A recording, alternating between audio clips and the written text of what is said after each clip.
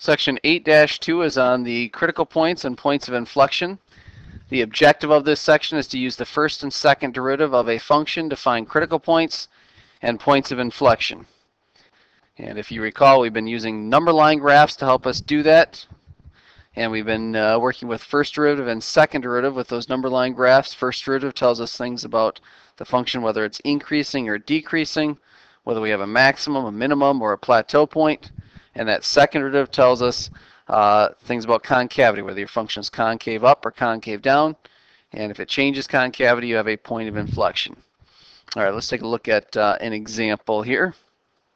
Example 5 says let f of x equal negative x cubed plus 4x squared plus 5x plus 20 with a domain from negative 2.5 to 5. All right, let's write down that function there. We've got f of x is equal to a negative x cubed plus 4x squared plus 5x plus 20. And we're working from negative 2.5 to 5 as our domain. All right, for part A, it says to plot the graph and estimate the x and y coordinates of the local maxima, minima, and all points of inflection, and also to state the global maximum and minimum. All right, so let's take our calculator and graph this thing. So we've got, move this down just a bit so we can see that equation.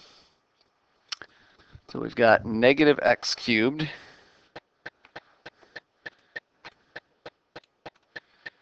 and then plus 4x squared plus the 5x and then plus 20. And let's just graph this on the window they gave us there. They said to go from negative 2.5 to 5. So we'll just sketch it right on that window. And for our y values, I'm not sure exactly what a good range is here, so I'm going to use my table to help me out. I'll just start out my table. Let's start out at negative 3, I guess. And we'll have it change by 1. This will give us several values that we can look at.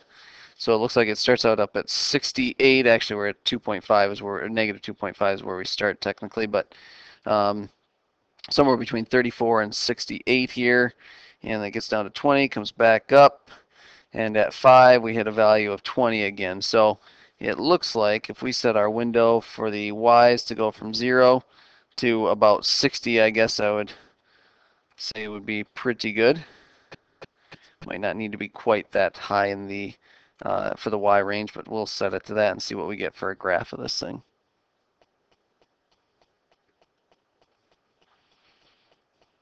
All right, there we go. In fact, that's not too bad of a sketch of this. In fact, let me grab a picture of that. We'll just put it into our document here. Oops.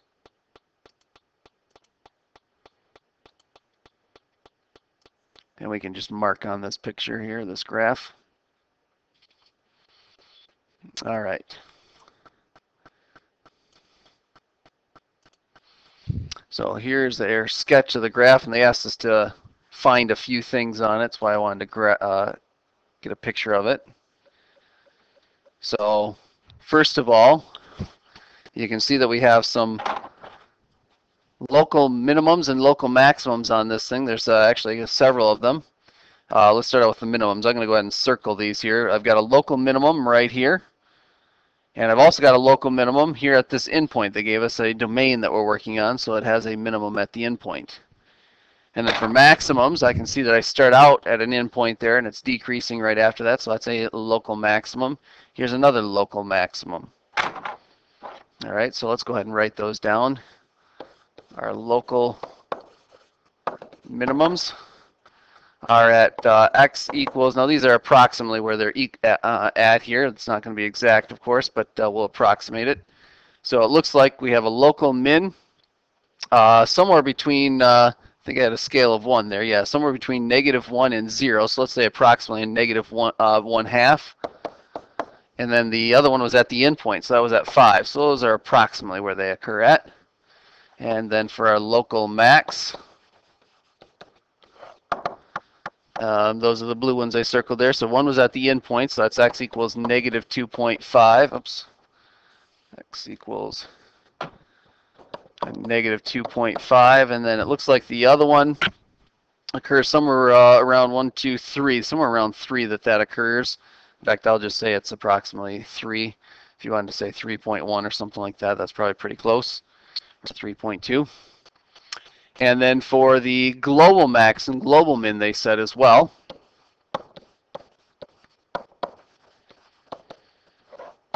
So if we look at our, let's start with the global min actually, since that's what we had up above there. Let me just move this down. We'll do global min first. It's the order we wrote them in before, so we'll do the same here. So our global min is we look at all of the y values on our screen there and pick out the smallest one. And it's, I guess, a little bit tricky there to tell for sure, but it does look like the global min is occurring at the negative 0.5. It's pretty close there, actually, but I'm going to say that this looks like it's the global min. We'll be able to find out what value that actually is, but x equals a negative 0.5. And the max looks like the global max is over here on this endpoint here. That's at x equals negative 2.5. And the last one they said was the point of inflection. I can see that I change concavity one time in here. I can see that I start out concave up and then I'm concave down at the end. So it appears as though I have a point of inflection. I have to approximate it, of course, but it looks like it's somewhere about right in here that we hit a change in concavity. I was concave up prior to that, concave down after that. So that's somewhere around 1. I'm just going to say x equals 1. If you wanted to approximate it a little bit better, you could certainly do so, but x equals 1 is probably pretty close to where that point of inflection is at. All right, so there is a sketch of this graph, and there are approximately the x values for each of those.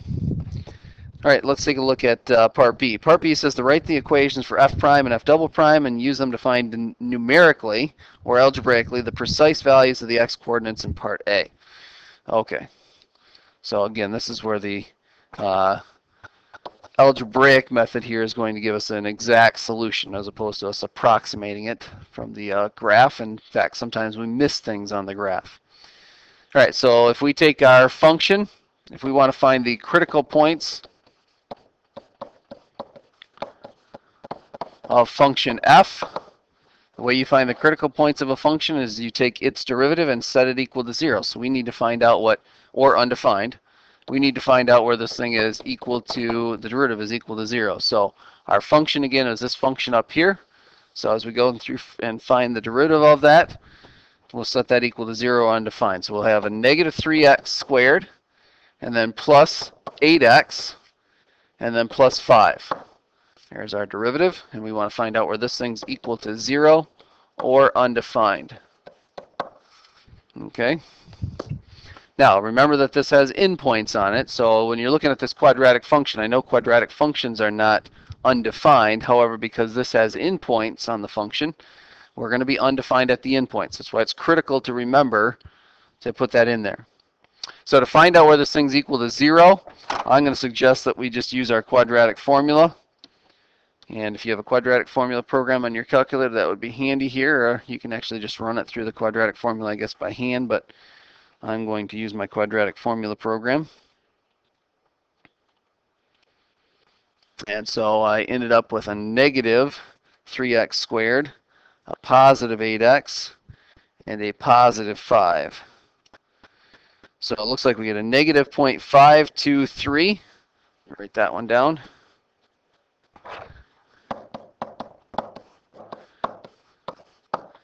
Negative 0.523, and the second solution there is, let me scroll over, 3.189. Okay, now that's where it's equal to 0, but again, this thing is undefined at the endpoints now, so that was at negative 2.5 and at positive 5. Those are my 4 critical points for function f prime. Or excuse me, the critical points for function f. All right. And they asked me to do the same thing for f double prime now. So let's find the critical points of f prime.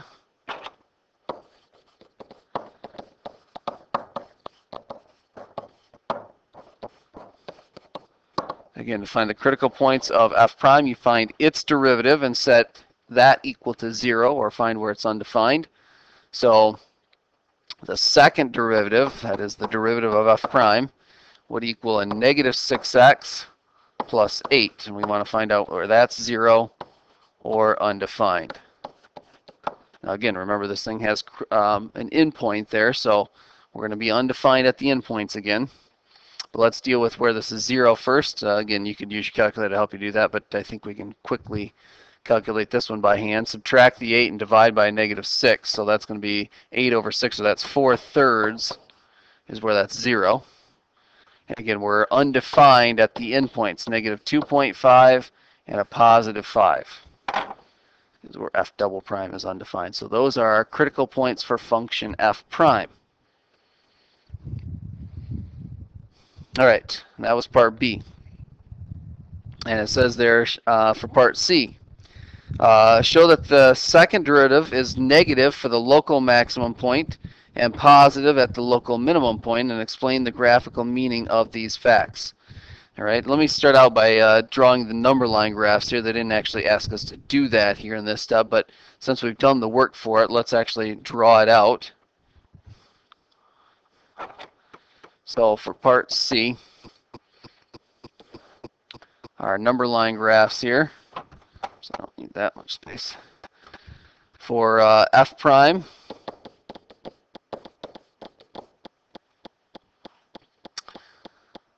your critical points were at negative 0.5, 3.189, and then negative 2.5 and negative 5. So we'll start out here at negative 2.5. I won't worry about having this to any scale there, but we'll mark these approximately where they're at, negative 0.523, and then at 3.189 and 5.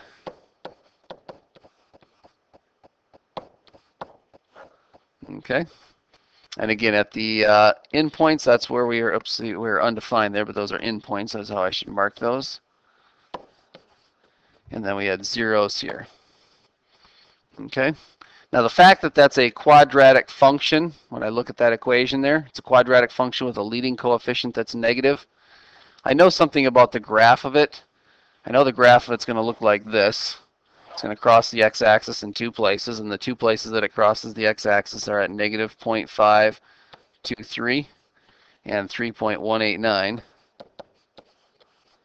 So I know that to the left of negative 0.523, that derivative function, this is f prime, that it's less than 0. So I know that this is negative, between negative 2.5 and negative 0.523. That derivative is above the x-axis and between those two, so it's positive, and that's negative over here. So again, if I know something about the graph, it helps me fill this in without having to actually plug in numbers to get those, which again tells me my function here was decreasing, hits a slope of 0, increasing, hits a slope of 0, decreasing. And so that means that I start out at a maximum here. We have a minimum here at negative 0.5. We have a maximum here at 3.1, and we have a minimum at 5. In fact, if you go back to our sketch, that's exactly what we had before.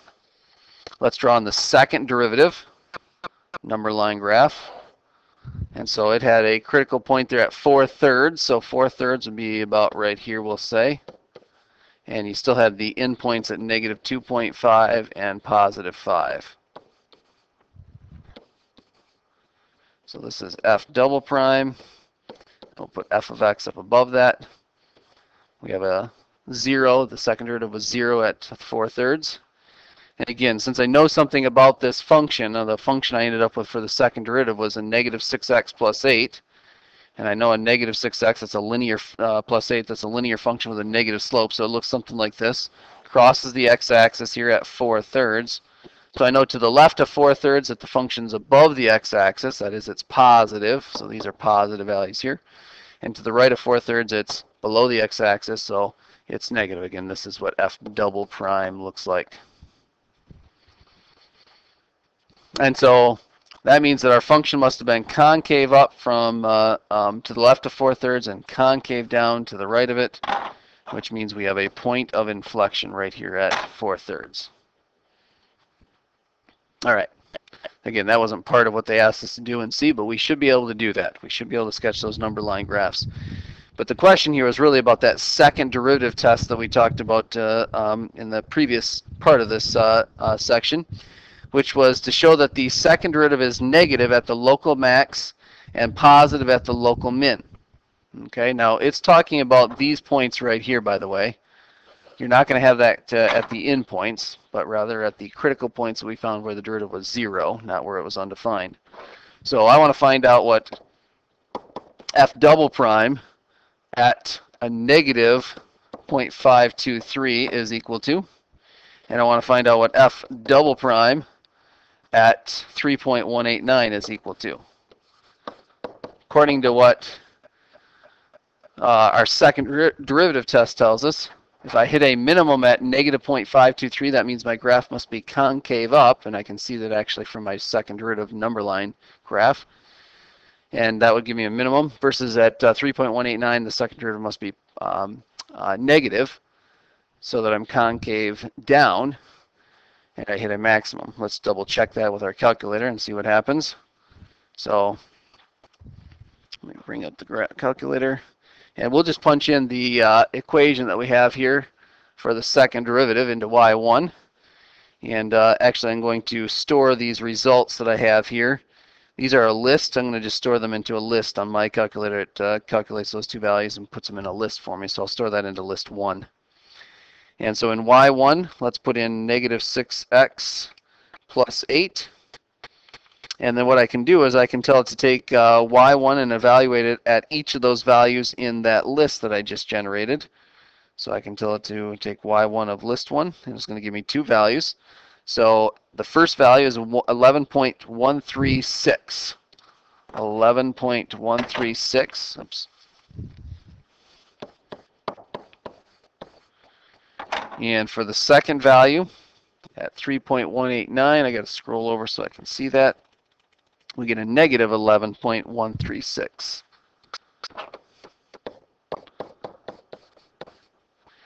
So you can see that this first one was greater than 0. The second derivative being greater than 0 implies that my graph is concave up. And so if my graph is concave up and I have a slope of 0, I must have a local minimum. Let me sketch what that looks like. Here's concave up. I have a slope of 0 right here, so we have a minimum. Okay.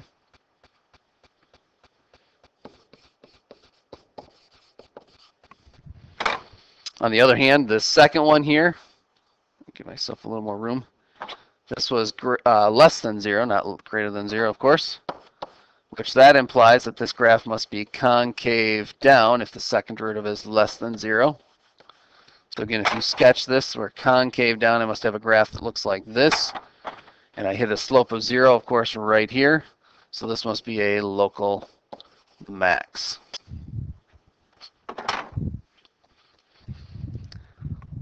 All right, and finally, part D says, explain why there are no other critical points or points of inflection. Well, that's what the calculus does for us here. We are guaranteed that all of our critical points will be found algebraically when we take the derivative of this thing and the second derivative of this thing and set it equal to 0 or find where it's undefined. We will find all of our critical points as long as we do those two steps properly there.